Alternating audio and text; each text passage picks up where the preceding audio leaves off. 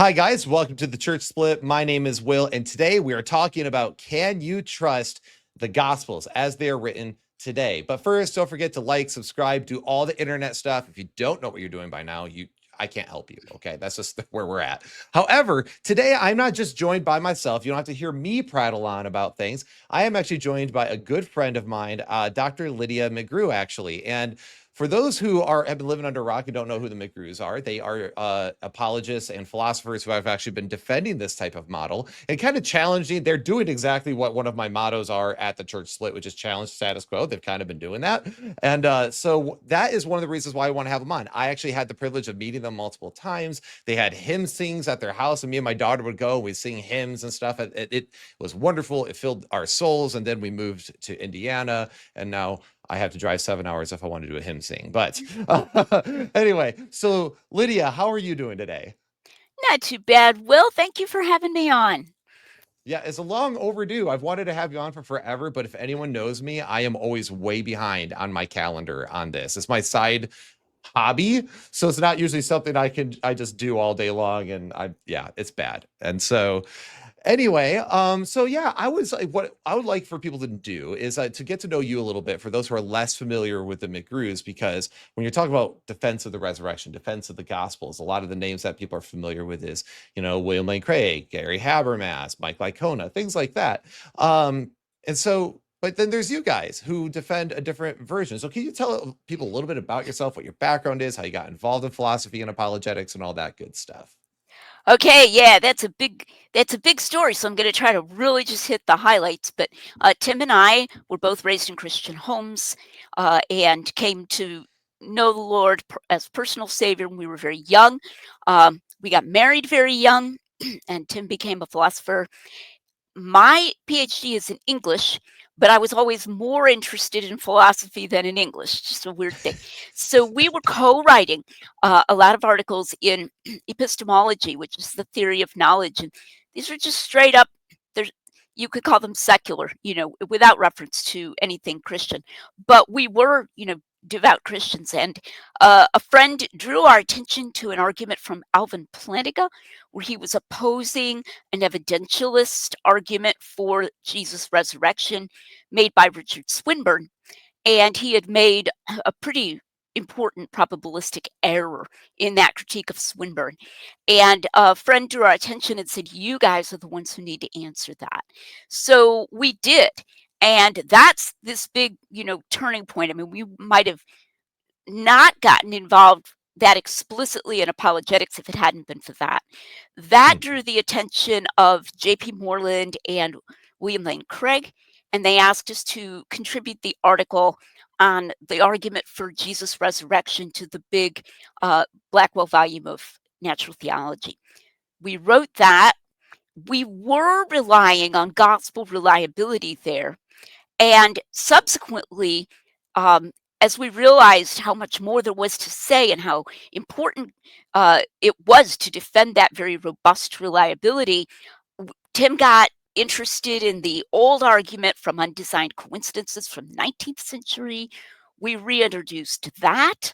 Then, and all this time, we're writing just philosophy articles. And I began publishing probability theory articles, and right up to the present, I mean, I have one that just got accepted on witness testimony. So this is all this time. It's not like we're okay now. We're apologists and we're not philosophers anymore. We're straight philosophers this whole time. Um, and but with great cross pollination between our probability theory. I mean, I think that work on Plantinga really started opening up some of the things I've since done on independence and modeling witness independence. So anyway, we then started reviving older arguments, and we then realized also that unfortunately, too many even Christians, such as Dr. Lacona and Craig Evans and some others, had actually conceded that the gospel authors changed facts, and so that this a whole view of the gospels had entered even the evangelical world. We had no idea. We had been taught this sort of us versus them paradigm where, it's only Bart Ehrman who says that kind of stuff. And us over here, we're defending, the Gospels, and that it was a lot messier than that. And so then that led to my doing an even deeper dive into what the reasons were for these supposed fact changes by the Gospel authors. And so the first book, Hidden in Plain View, was defending gospel reliability. And then my second through fourth books on New Testament were explicitly defending gospel reliability against arguments that had also been accepted by Christians. So it's like I wanted people to see that the arguments that were accepted by Christians for fact changing were no better than the arguments that are accepted by skeptics for fact changing. In fact, they're often the same arguments. So that's kind of how, the road went through divine providence, that I got into this to the point that, we're speaking of ourselves as apologists. We're unashamed about that. That doesn't mean that we're twisting or bending the truth, but we're also at the same time analytic philosophers who work in formal and informal epistemology. Which is actually why I think it's pretty fascinating for you guys to actually be involved in this, because one of the things that you don't run into all the time is a very extremely robust and, in a sense, detail-oriented philosophical approaches to a lot of these things.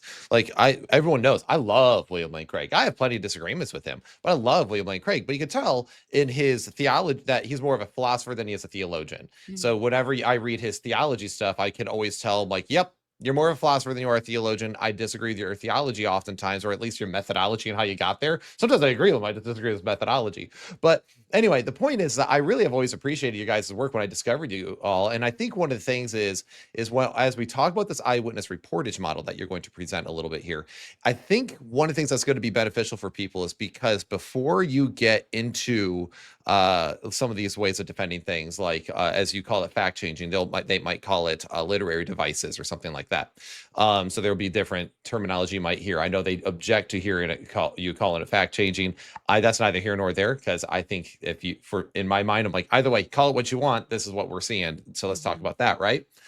So what my point is here is I think this will be beneficial for people, especially who might be alarmed at the idea of their gospels shifting facts or shifting the narrative to one degree or other.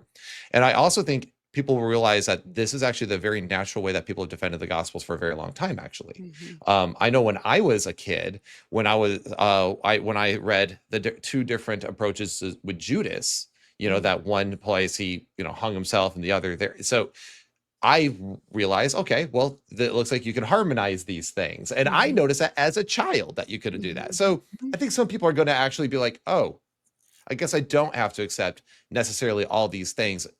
You can actually just reject it outright and actually go a different way. And one of the things I'm really big on this channel is actually presenting different views and going, hey, which view do you actually think holds up? And just challenge different views if you need to. And then also go to what you think is true. You could even disagree with Lydia. That's okay. No one's going to crucify you for it, Well, and I would also like in all of my work to speak to people who are, in a sense, not alarmed by those fact-changing literary devices, who just Will, I'm gonna reveal you here a little bit something you once said to me, that you were listening to someone present it and you were just kind of nodding along. And it wasn't until you read the beginning of The Mirror or the Mask and found it, which is one of my books, and found it stated out kind of, slowing it down, stating it out explicitly, what is this really claiming, that you realized, oh, wait a minute, that's more controversial than I thought when I was just listening to it, and kind of going, oh, this sounds okay. And so in a sense, sometimes I'm trying to alarm people, I might say, or get them to realize, this really is a bigger deal than you might have thought.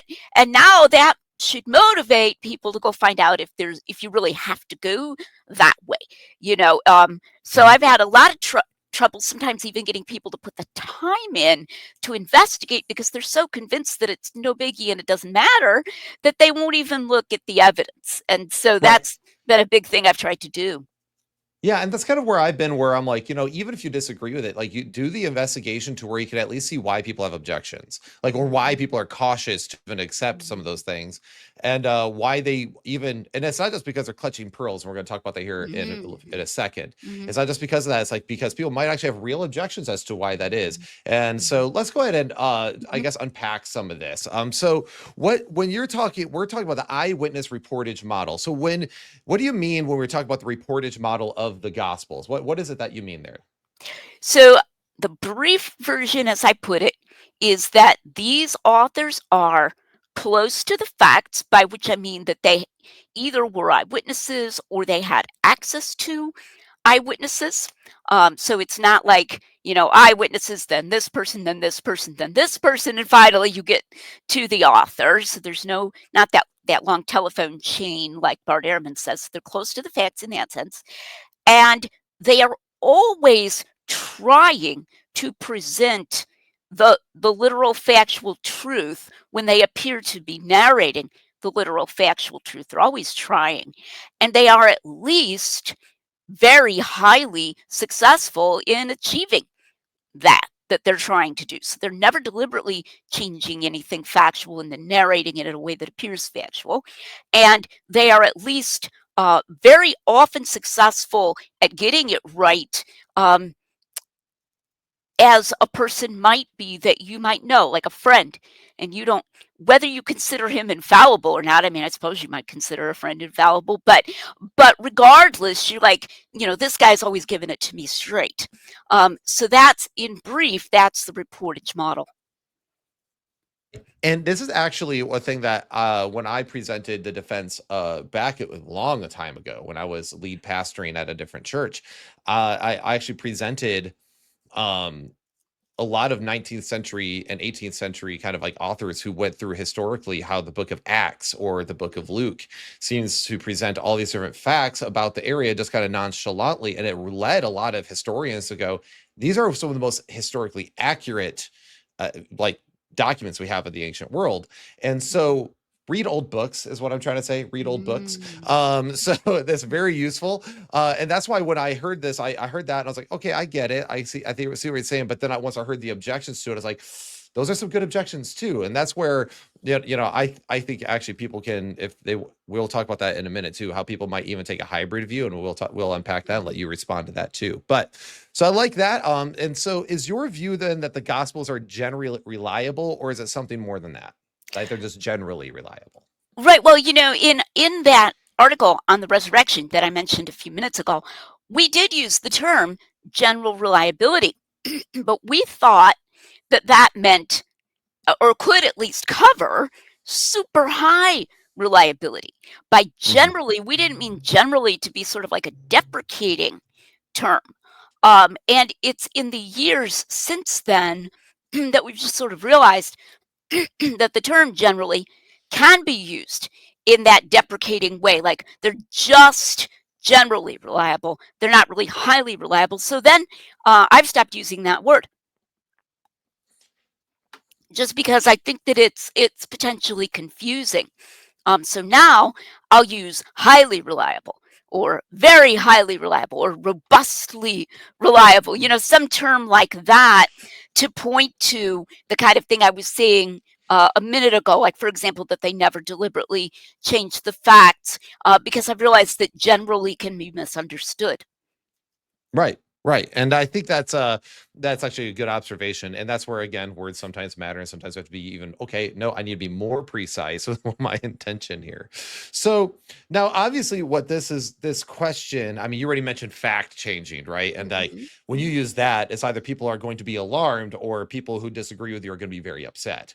And so, but how does this, and this is going to naturally bring up in evangelical Christianity, the topic of inerrancy. So how does this intersect with the topic of inerrancy?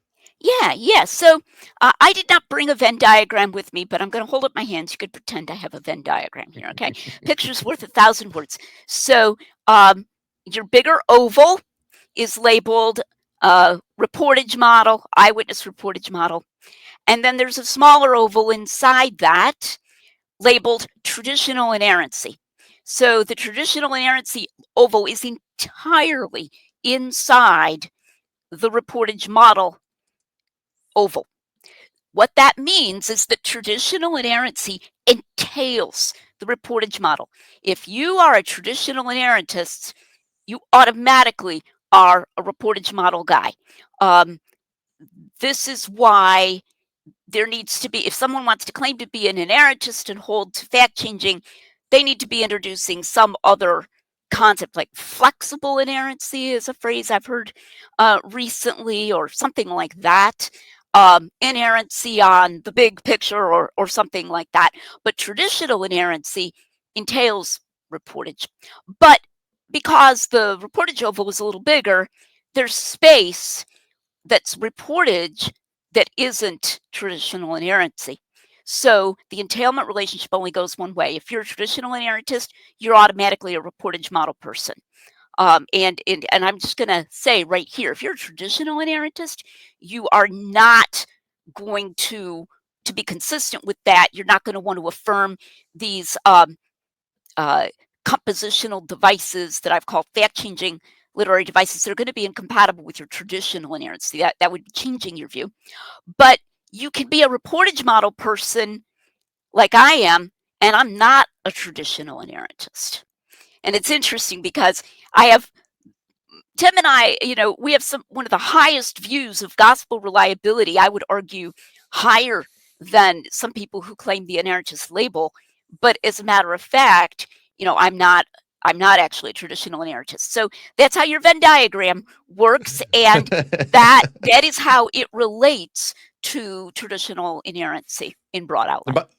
And by the way, one of the things I've actually always appreciated about you and Tim is that there's whenever I've interacted with you guys and hung out with there or whatever, there's always like the certain amount of like camaraderie and also irony to that. Like you guys will talk about that. Like your husband even like created a hilarious like little diagram of it all. And it was just really funny because it was almost like poking fun at even yourselves on it. Like I love that fact about that. You guys, like, you take your work seriously, but you also don't take like yourselves all that. Like you're like, no, like we can laugh at ourselves and it's fine. Like because there is some irony there, but that should be something that evangelicals who want to hold to a very traditional inerrantist view need to go, hey, you know what? I can actually hold to this, and I don't feel like I have to compromise or redefine a bunch of terms or maybe accept certain things that I don't need to accept.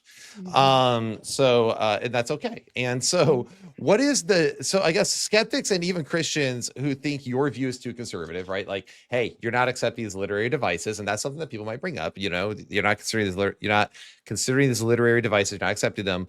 These people who think that your view might be too conservative, they would likely say that your defense of this view is merely driven by theological commitments. But as you just mentioned, you're not necessarily a traditional inerrantist. So is that how you would respond? That is part of the response. It kind of points to the fact that it's not. Another part of the response is that, my tagline on my YouTube channel is making common sense rigorous. So I'm applying here, I believe, a consistent standard that I apply to completely non-religious texts. And so the way I put this sometimes is I harmonize Plutarch. I'm not driven by any theological consideration. I don't think Plutarch was inspired, but there are places where I've seen people say that Plutarch changed a fact, and I'm like, gosh, what a weak thesis. Like, that would be such a boring fact for Plutarch to change, for him to like move a saying from one Roman senator to another Roman senator. Like, why? Completely pointless and more commonsensical, that as in politics today, different politicians say similar things. So that would be another part of my response, to look at the way that I apply this to completely secular, not only texts, but persons, people I know. I'm trying to have that sort of unified view of testimony, and that's not theological per se. Right. And that's actually because you're trying to be consistent, right? You're just trying to be philosophically and epistemologically consistent with how you view things. And so I guess when you mentioned that real fast, like Plutarch changed this fact about what this guy said here, how would you respond to people then who would say things like that was actually very normal back then? They weren't looking at it as like, specific. This wasn't part of one of our questions, so a bit of a curveball. Mhm. But when people are going, hey, that was actually very normal with autobiographies and stuff back then, that they weren't really too concerned about the order of events and stuff, but more just kind of reporting things generally or making ideological points or theological points over and against factual points. What would you Yeah. response on Oh my that be? gosh, I have 2 whole books on this, so I got to try to respond fast. But my first fast response is it's wrong. This whole idea of a different ancient view of truth is really under-supported. A second point that is, I think, relevant here is that very often there's circularity involved. That part of the case, supposedly, for this different view of truth would be examples exactly like that one I just gave from Plutarch, where I call it discrepancy hunting. You have just a difference, like in one of Plutarch's lives, this guy calls Julius Caesar a robber, and in a different one of Plutarch's lives around the same time, this guy calls Julius Caesar a highway robber or whatever. And that difference is then automatically treated as, oh, there you go. There we've got a case. There we've got an instance. And then that is part of the cumulative case that they didn't think exact truth was too important. It's like, whoa, whoa, whoa, whoa, whoa. We hadn't already established that. And so if this looks like just the kind of difference and variation that we get in ordinary life where different politicians say similar things, you're not allowed to use that as part of your case. So very often it's almost a circular inductive case. And I also have entire sections in my book, The Mirror or the Mask, on the supposed exercise books and how they've completely misunderstood the genre, ironically, because they're all about genre, completely misunderstood the genre. This is curriculum. This is like writing curriculum for kids. And therefore, it's not urging them, hey, kids, if you grow up, become a historian, feel free to change some facts because we're not all about literal facts here. We ancient people, So a lot of answers to the arguments that have been given to that, where if you approach it without assuming it, you approach it in a non-circular way, it's actually very very unsupported, very poorly supported, that there was this very different ancient view of truth. And one more thing about making ideological points, we'll get to this more in other examples, but many times these are very private, secret, alleged ideological points. So we're completely guessing whether it's Plutarch or whether it's the Gospel of John. And you could guess a whole bunch of different things, like, oh, maybe he was saying 153 fish to symbolize this, or maybe he was saying it to symbolize that. And maybe Plutarch did this for this reason.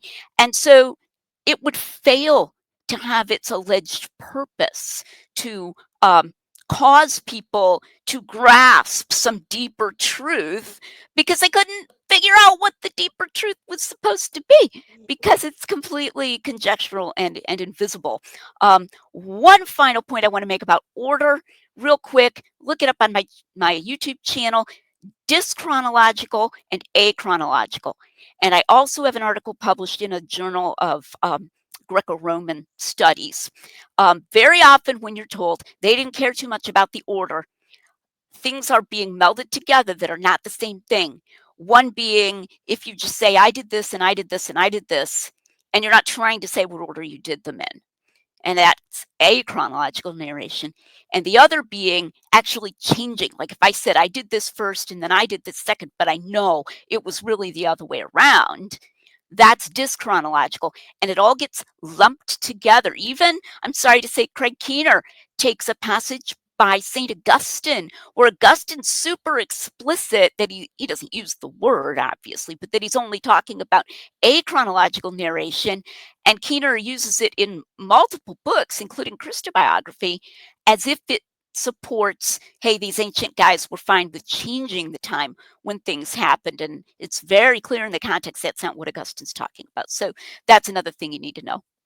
Oh, okay. Well, and that's actually really useful for people, because I think that would actually that terminology and distinction can be very useful when people are looking into this, because again, some of these things, and this is where it's like why it's important to not, why I've mentioned many times, not get mad at other people's ideas, but instead actually just rigorously like engage them, because you might find yourself, oh, I ran into this even in William Lane Craig's book. There's a few things he quoted, and I checked the footnotes. Even Dr. David Allen, and I love both these guys, by the way. And I looked at it, I was like, actually, I don't think that's saying what you think it says. And it is easy to do as humans. We are prone to error, and it's okay. And instead of I guess holding on to your pearls or even your ego, it's always good to just double check and make sure, like, oh no, I made a mistake there. So, and that's okay. And then my friend Jordan, he lives he lives about where I lived last before I moved. So I should connect you guys. You guys would probably all get along well.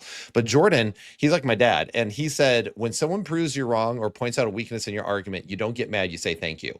And ever since he said that, it's always stuck out to me. So anyway, so what's the difference between internal and external evidence then for the gospel? So if we're talking about eyewitness reportage models, they are generally reliable or have a high degree of reliability, as you mentioned. So what is the difference between internal and external evidence on how we analyze that?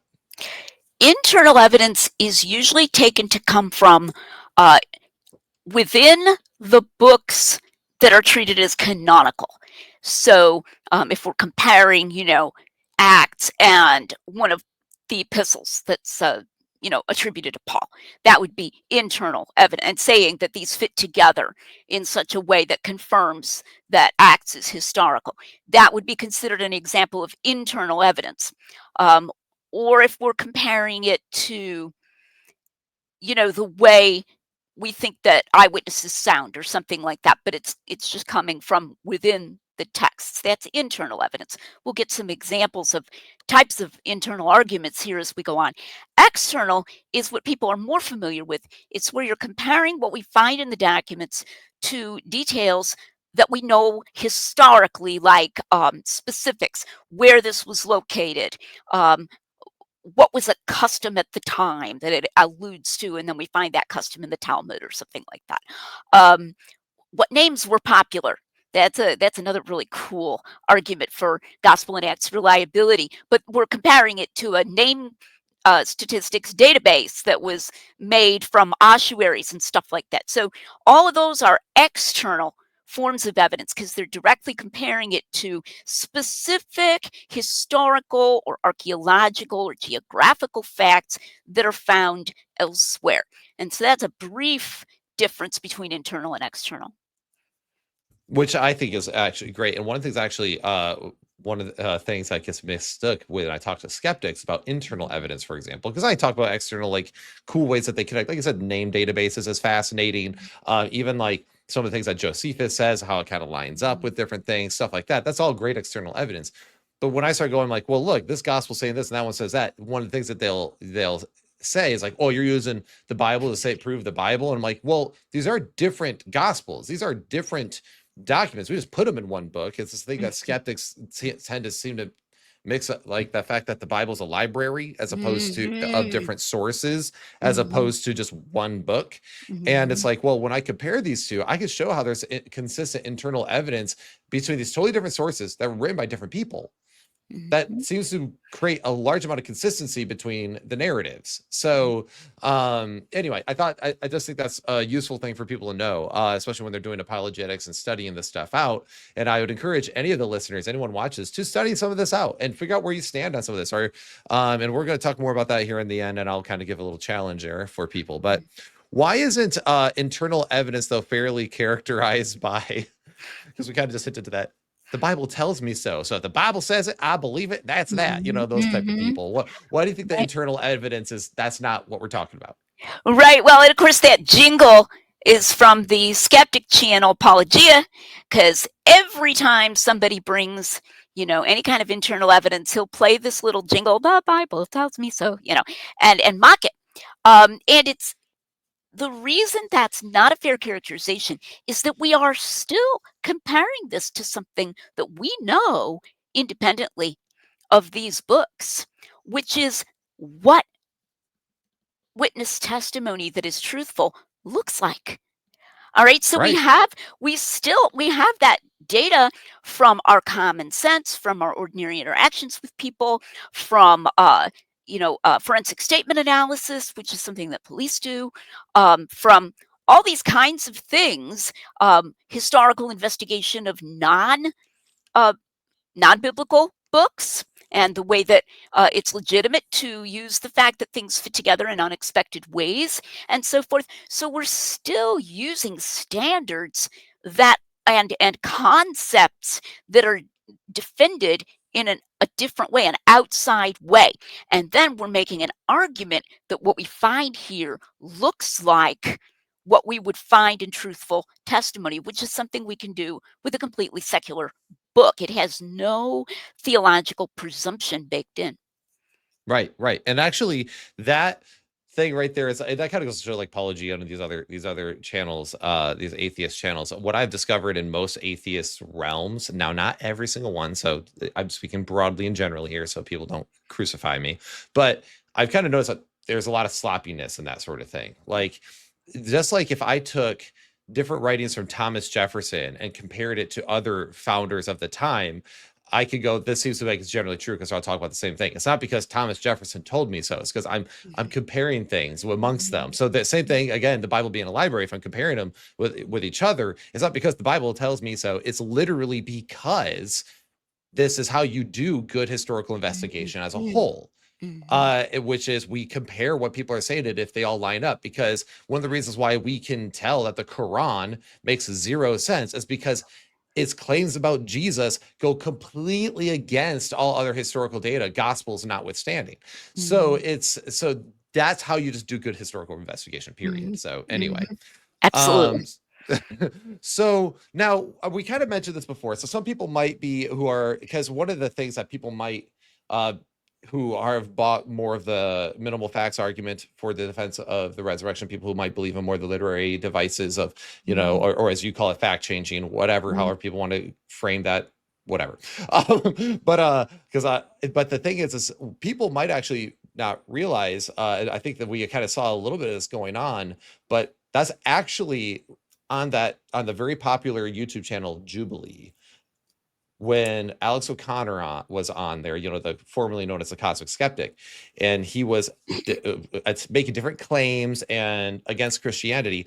Than Christopoulos with Inspiring Philosophy, Michael Jones, he was on there, and he actually went in with the eyewitness reportage model, and it was actually pretty fascinating to watch because I felt like he did better than the rest of people on it because he actually was able to pull different threads and he was like, no, I don't even need to accept that. I can actually start pulling on these threads here.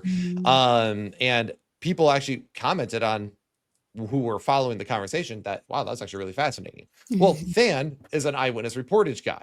And so I find that really fun. He's a mutual friend of both of ours. Actually, I think he described you as, I quote, his second mom.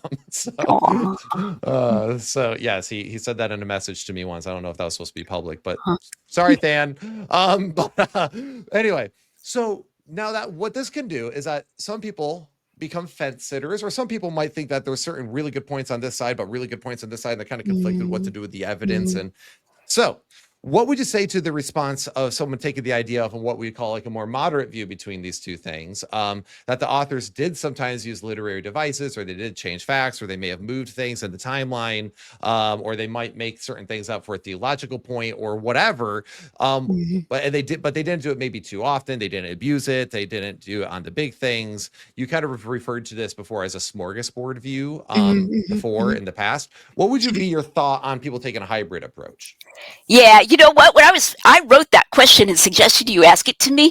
And when I was prepping for this discussion, I was like, I have way too much to say about that one. How am I going to keep my answer fast? So, all right, put on your skates. So we're gonna try to, yeah, okay. So first of all, I gotta emphasize that these factual changes that are alleged are invisible within the document. People don't always understand that. They get it confused, and unfortunately, some advocates of the view speak in a way that creates this confusion with something like, if I said I have a frog in my throat, I don't literally have a frog in my throat. But if I say I have a frog in my throat, so I'm going to get a drink water, that's not invisible. Like literally, you know exactly what that means if you understand the language. It means I'm hoarse, and I've got a, kind of kind of rough voice. These alleged literary devices that I disagree about are not like that. They're invisible.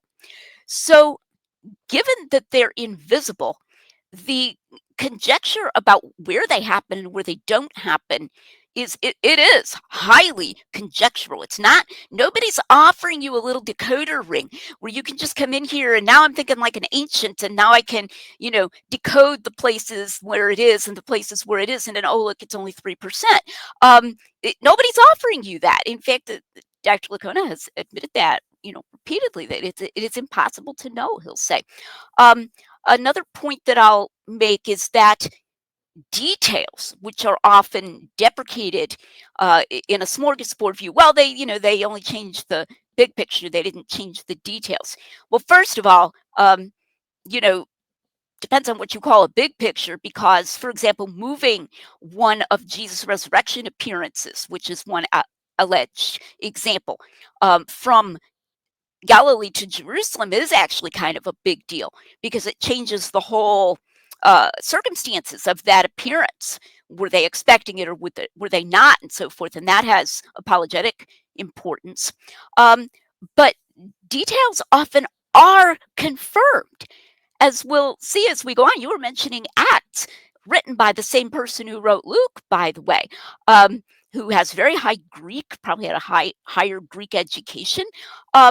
But he's like right on all these itty bitty little things, like where was this island that they passed in the ship journey, when there was a storm, and he's got the location of that little island just correct. So that doesn't fit with that smorgasbord view, because that smorgasbord view is suggesting that well, they thought that it was okay to change big picture things, but they didn't think it was, sorry, I'm switching it. They didn't think it was okay to change big picture things, but they thought it was okay to change details. And yet we don't find the details up for grabs. We find them being confirmed again and again. But the thing I would maybe emphasize the most of all is that it treats the author like a little proposition generating machine, not like a person. As if, you're cranking it out and you crank out X number of truthful statements and Y number of factually, literally false statements that are invisibly narrated as if they're true. But, we're going to say, well, maybe it's only, Y is only a certain percent of the total. It's a very small percent of the total. That's one version of the smorgasbord view. But people aren't proposition generating machines. And the Gospels really bear the mark of specific people. They're not like Chronicles where you have all these different authors over hundreds of years. That, Luke, as an author, he's a guy, he's a person. He has a certain attitude towards the importance of truth. And the author of the fourth Gospel, John, as well. So you end up having this psychologically schizophrenic view of the author, where you've got Luke at one point saying, I followed all these things closely, as they were given to us by eyewitnesses. He even uses the word eyewitnesses. And we then also find him being confirmed in all these little geographical and historical details. Super conscientious guy he comes across as. And then at another time, you just conjecture that he said, what the heck? I want to make a better story. I'm going to move the appearance from, Galilee to Jerusalem, even though I knew it happened in Galilee. And that is not credible. If you had a friend who was like that, you would be like, that is super weird, man. And the same way with John, when he talks about piercing Jesus' side, which could be regarded as a detail, right? Of the crucifixion's the big picture. They pierced his side and didn't break his legs. That's a detail. But on that very detail, he insists, he who saw it bore record, and his record is true, and he knows that what he says is true. Bam, bam, bam, bam. He's like super earnest sounding. But then at another moment, he's like, I have some deep secret theological idea for changing the temple cleansing and making it 3 years earlier. I'm going to just do that. Maybe my readers will notice it, maybe they won't. Maybe they'll get the point and maybe they won't. But I think that just makes a cooler document. This doesn't sound like the same person. And I really find that people don't think in those terms. I believe the reason they don't think in those terms in many cases is because they're making a virtue out of a necessity. They think it's been shown beyond all reasonable doubt that the gospel authors made such changes. And then it's just like, oh, we got to accommodate that. We can't, we can't go on saying that they didn't deliberately make these changes. So now let's just say, oh, it's okay, it was only a few or something like that. But I would argue that that has not been shown beyond reasonable doubt. And so you have good evidence for a far more consistent portrait of these authors as persons. And that's actually so. And when I talk to the students, because people who might not know this, who are watching this, in my day job, so I was a lead pastor for many years, and then now I'm a missions pastor and a youth pastor at a larger church. And when I'm talking to students about this, when they're like, "Oh, I heard there's contradictions in the Gospels," and I'm like, "Well, like what?" And then one of the things I'll be like, "Okay, so let's say," and I've done this with students, if we're at youth group right now, so let's say tonight at the end of the night, I hand you all a piece of paper and ask you all to write down what took place at youth group. And what's going to happen is that you guys are all going to leave out different details, but you're going to include weird details that stuck out to you or that you experienced from your own perspective. And we can put them all together and we can go that you guys actually have discrepancies in your stories, and therefore there's contradictions. Or we can look at it and go, oh no, you guys are eyewitnesses, including different details that took place, and therefore they actually harmonize with each other.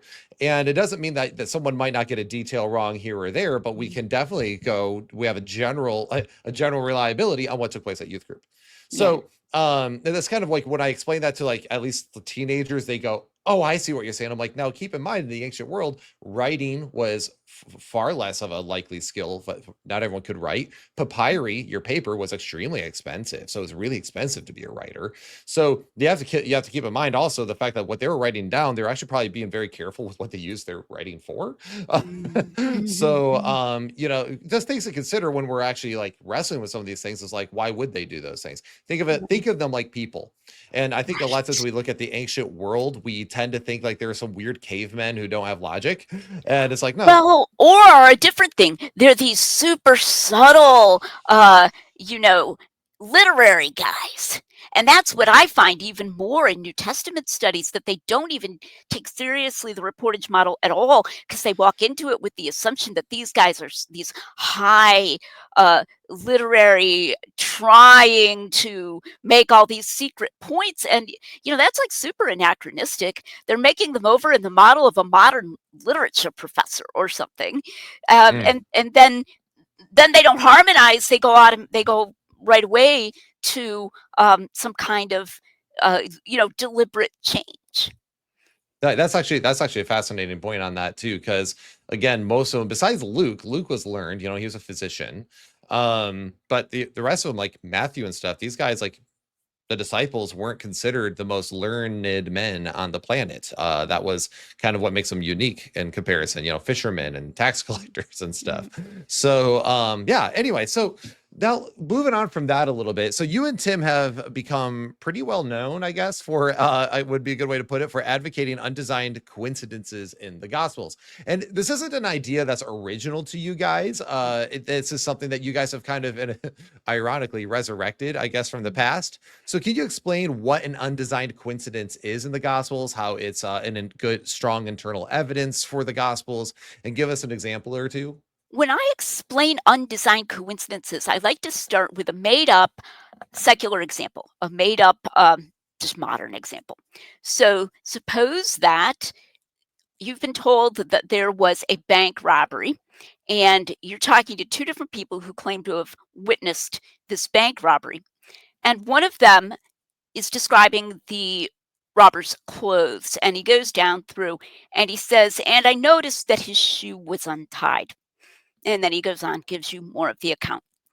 The other guy is describing more of what the robber did, and he says, and he ran away, and I noticed when he got right outside the door, he tripped.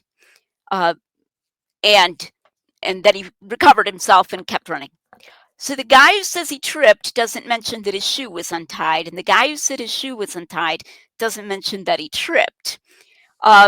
And so they don't appear to be trying to corroborate one another consciously, but in fact, they do corroborate one another.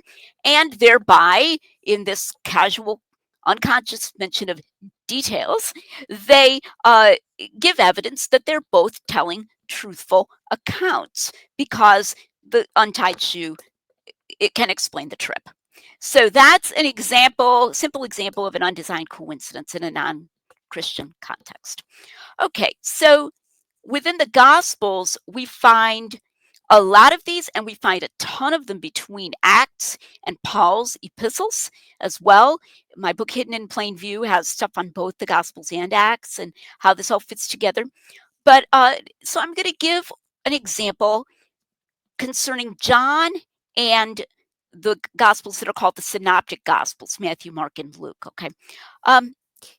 In the Synoptic Gospels, at Jesus' sort of show trial, kangaroo trial, before the Sanhedrin, some witnesses stand up and they say, he said that he would destroy the temple and raise it up again.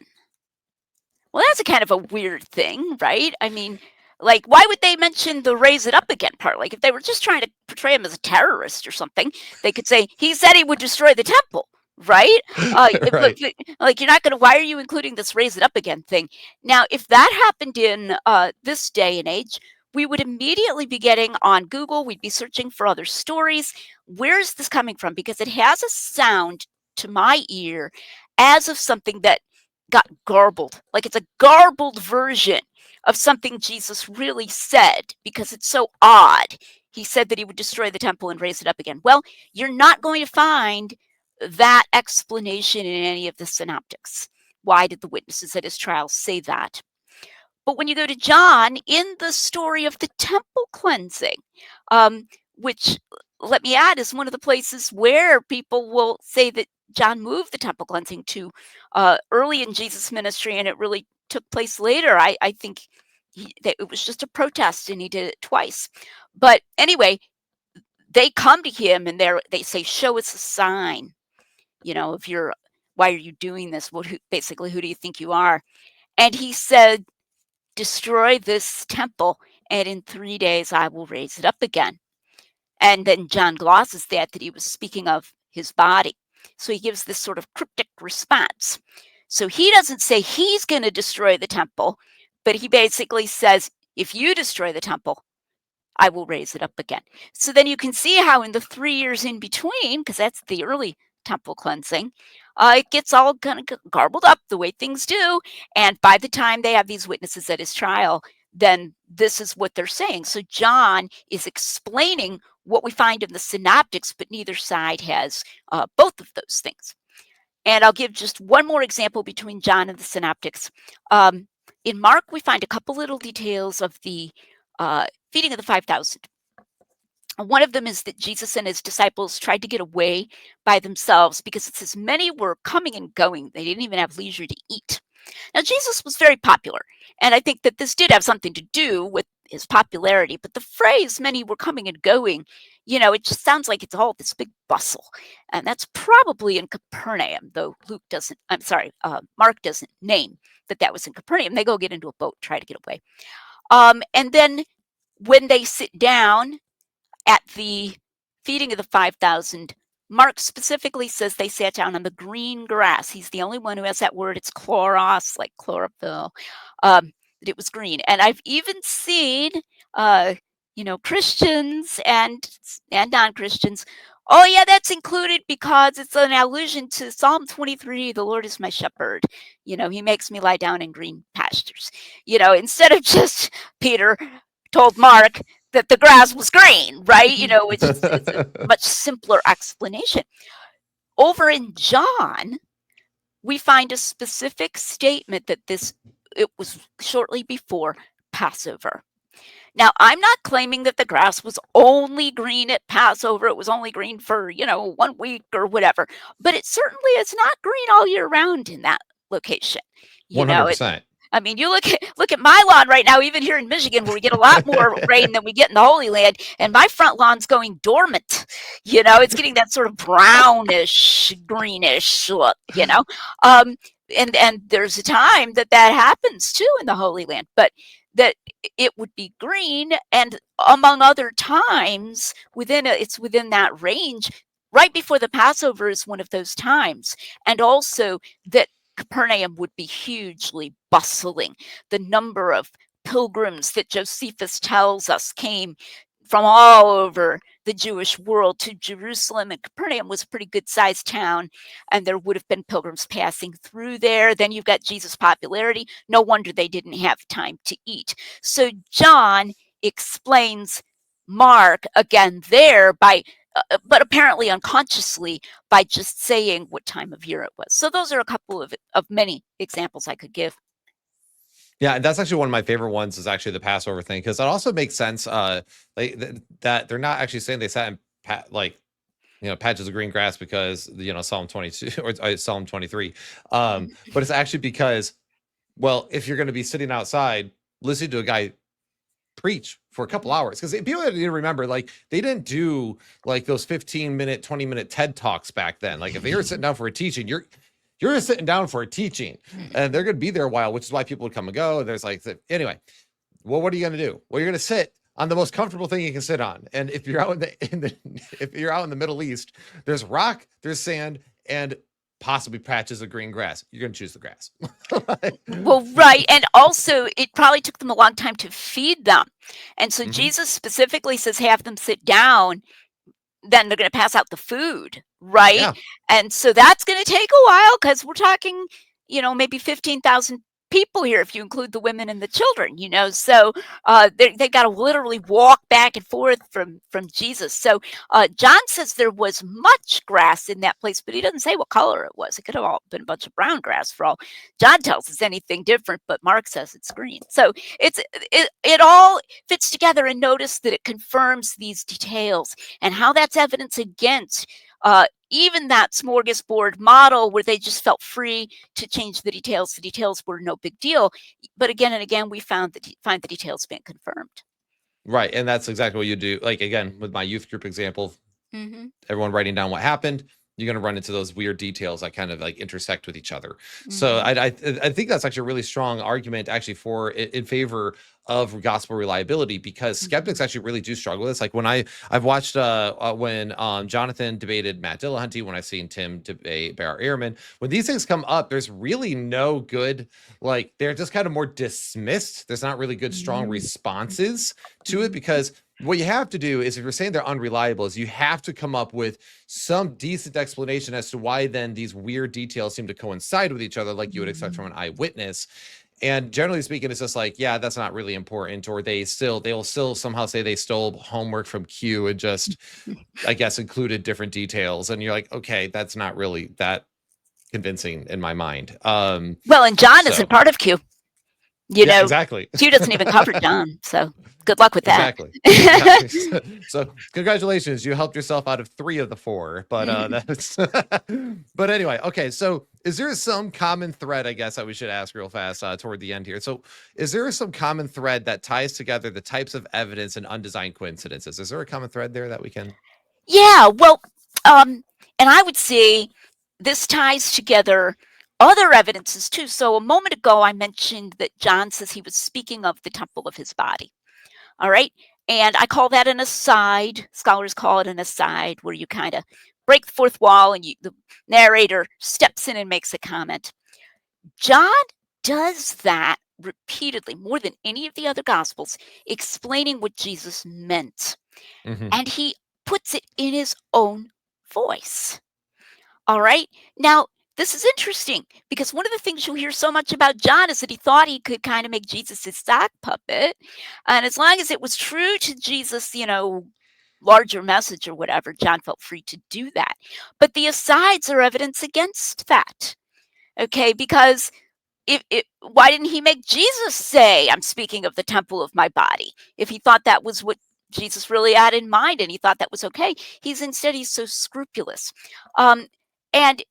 And then there are these little weird details that I'm not going to claim are involved in undesigned coincidences, but they're just sort of in there for no reason. Like Peter put on his coat before jumping in the water to go swim to Jesus. in John 21, like, why would you put on your coat? And all that John says is he was stripped for work, but even so, it makes it a little harder to swim. But again, what is it? What is it we see here? And I believe that for John, as well as for the other gospels, the common thread is that this bespeaks the eye of the beholder. That this, all of these little things makes these things look like memoir. And if you want to ask what genre are the Gospels, everybody's always asking, what genre are the Gospels? They're memoir. You sit down and you talk with somebody who was in one of the wars, I don't know, the Iraq War. Bethel interviewed a neighbor of ours who's since passed away, who was a World War II veteran when she was a kid. But whatever, I was there at this flood or whatever. And there are going to be characteristics that they're going to have. All right. Sometimes you're going to find these undesigned coincidences with two people giving their memoirs. Sometimes you're going to find completely pointless details that they just throw in there and for no reason because it happened to occur to their mind. Sometimes you'll find they'll pause and they'll have this little aside and say, now the reason he said that, what he meant was, they got to explain that to you. Sometimes they won't explain things. Like my friend was over the other day and she's like, well, I'm doing IEW. She homeschools. And my friend is doing IEW. We're kind of doing IEW. And I had to stop her. I'm like, wait a minute. I feel dumb, Lori. What's IEW? Because I haven't been homeschooling in a while, And she says Institute for Excellence in Writing. And I'm like, cool.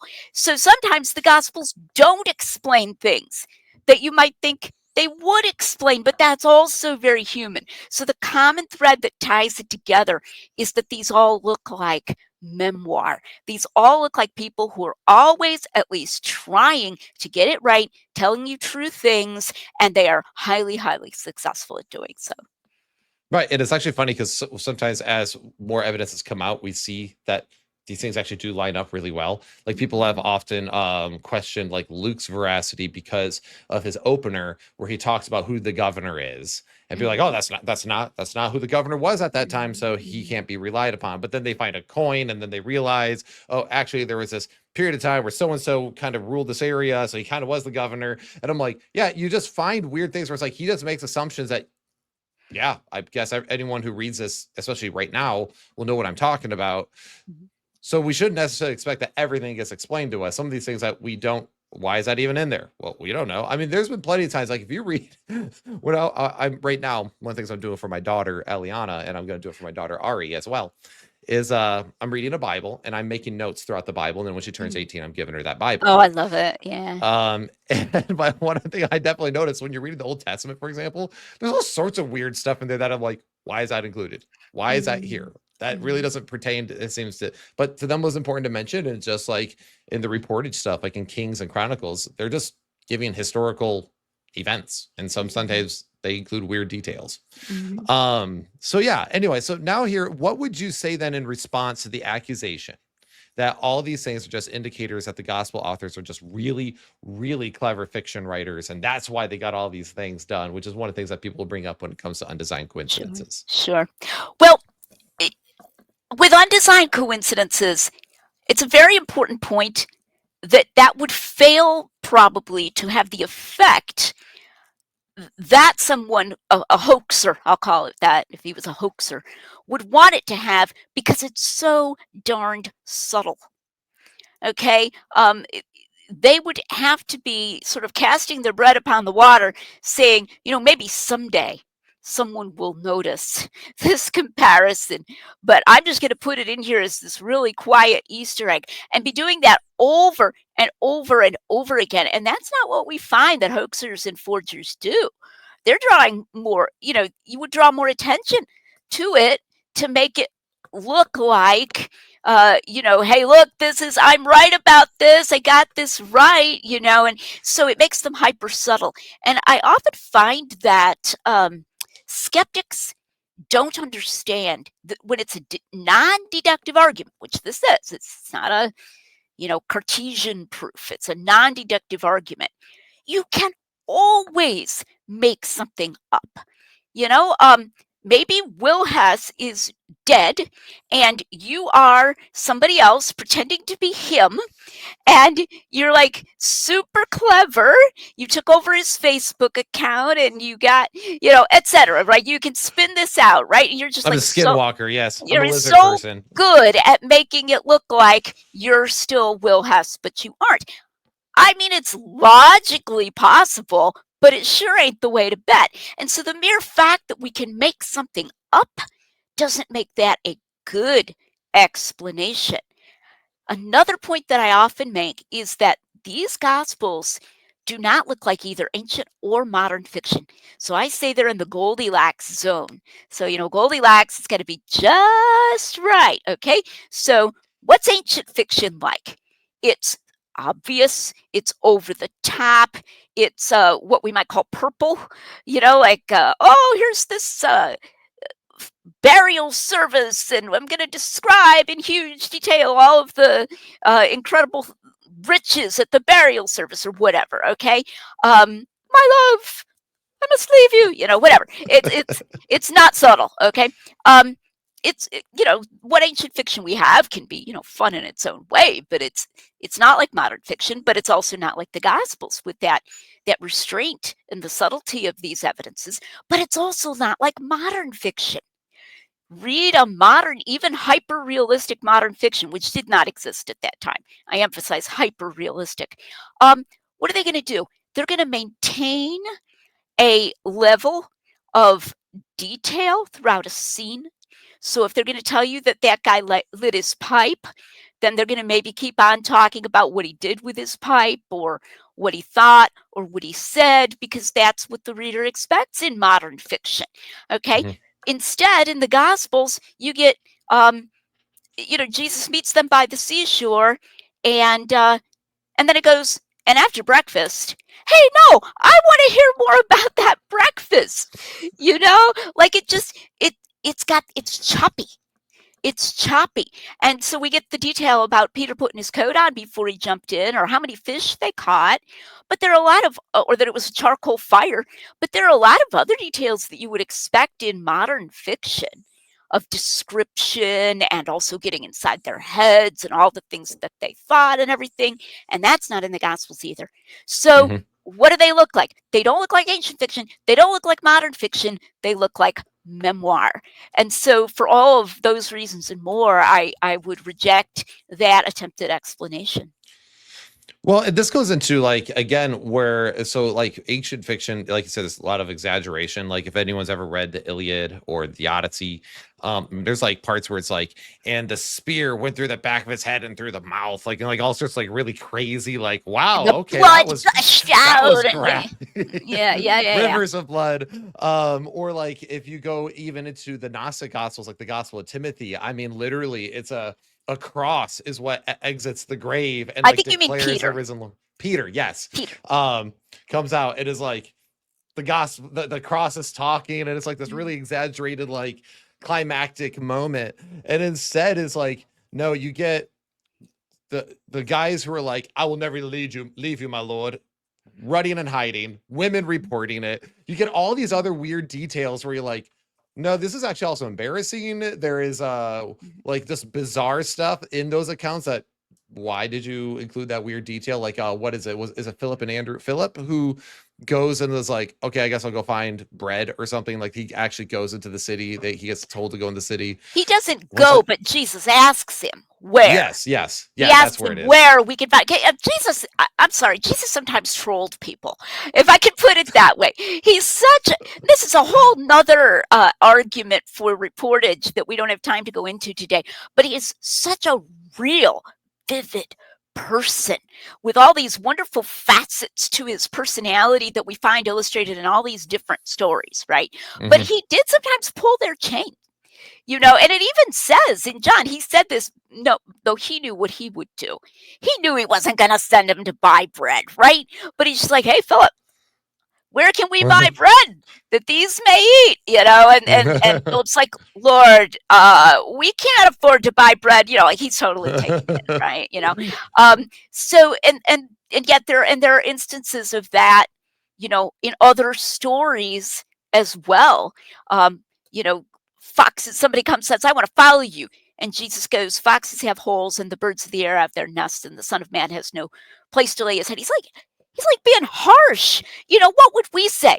If somebody said, I want to follow Jesus, would you say, dude, are you sure you know what you're getting yourself into?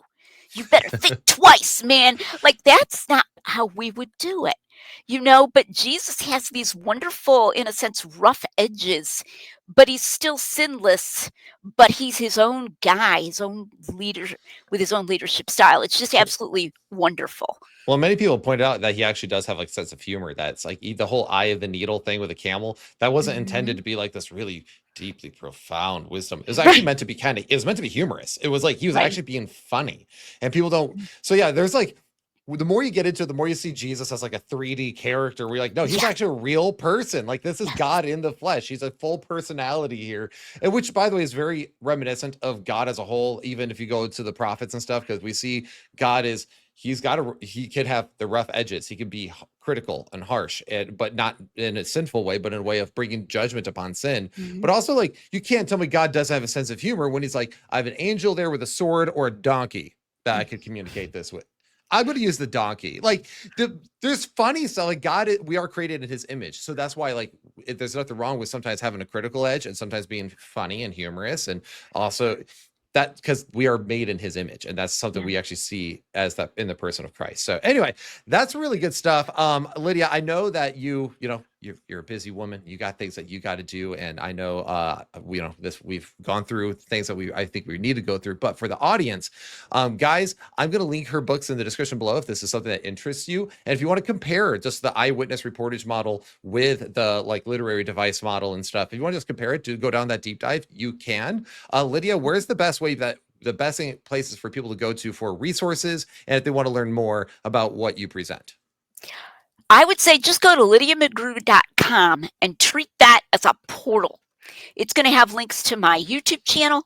It's going to have a link to 2 different podcasts. I want to emphasize this. Due to a technical glitch, we had to rehome the podcast after last November.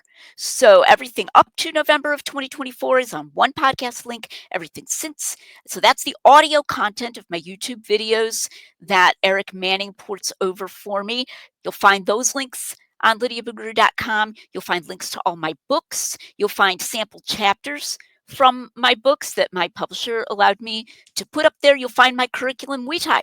If you want to know who is this person, you can find all of my articles that have been accepted, in secular journals and so forth. So that would be a good place to go.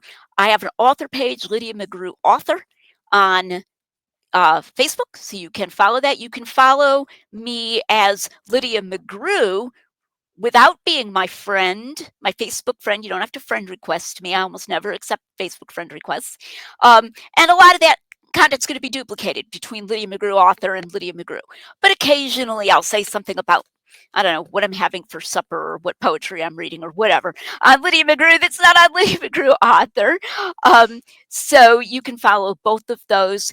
And there are links to all of these from lydiamcgrew.com. Right. And if you want to see some of this sort of reportage model in action, one, you can obviously go check out Than Christopoulos, and you can check out Inspiring Philosophy. He's on there a lot now because they partner together.